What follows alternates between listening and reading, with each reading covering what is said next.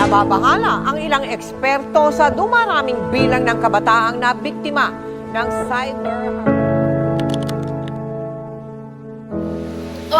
Opo. Oo. Oo. Oo. Oo. Opo. Bobo daw po. Sip-sip daw ako at bida-bida. Tanga daw ako. Sabi nila, insensitive daw. Ang pangit-pangit ko daw. Pabebe daw po ako tsaka bida-bida. Nahiya na po. Siyempre po, nakaranas ng matinding lungkot, bumaba ang self-confidence, at umabot sa point na kailangan kong baguhin ang sarili ko para lang sa iba.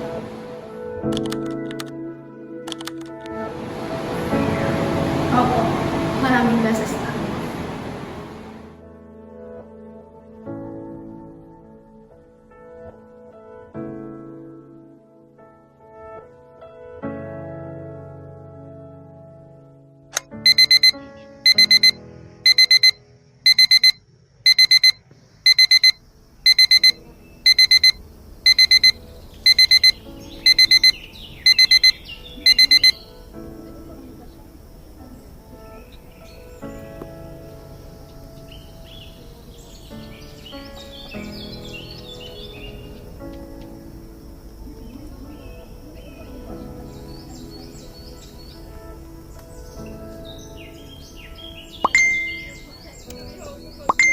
Congratulations, tol. Second runner-up. Bawi na lang tayo, tol.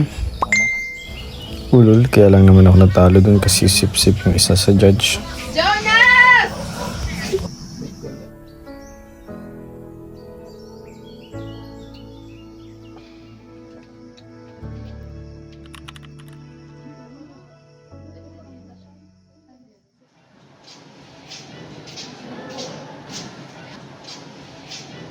Go. Oy! Wagi ka na yan? Uy, kilala mo ba yan si Jonas? Baho-baho, pangit-pangit. At doon, tila nagbagong ikot ng mundo. Wapo sana kasi parang nagkakaroon. Dahil sa siklabo ng damdamin, naging kalaban ako ng mundo. Huwag mong gawin sa iba ang ayaw mong gawin sa'yo. Yan ang aral na tutunan ko. Di pa naman huli para magbago. Diba?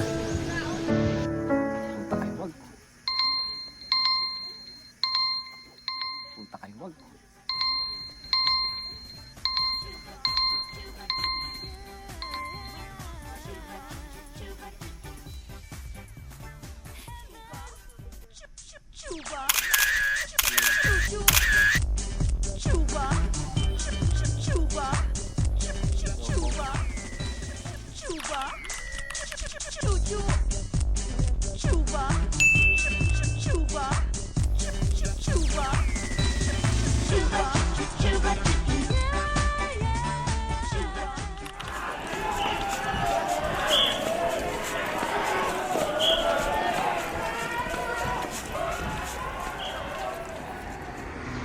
Hello, good morning everyone. This is your girl Charmaine and welcome back to my mini vlog.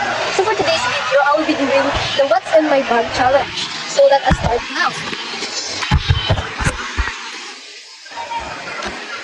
So first things first, we're gonna open the spice compartment.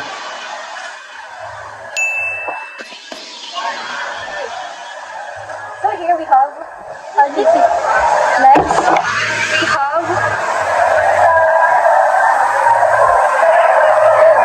our mascara.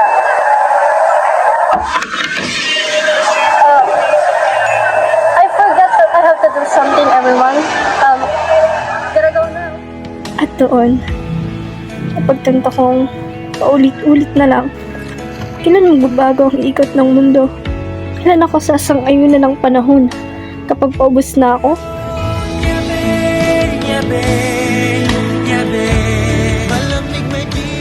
Minsan, kailangan ding huminga. Magpahinga mula sa teknolohiya. Damhin ang simoy ng hangin, masdan ang bawat hampas ng alon, at magalak na harapin ang bagong pag-asa. Lahat tayo ay may pinagdadaanan, at nasa sa atin kung paano iyan malalampasan. Huwag kang mahiyang maglabas ng nararamdaman, sapagkat may mga taong nariyan at handa kang damayan. Oh, nyabe, nyabe.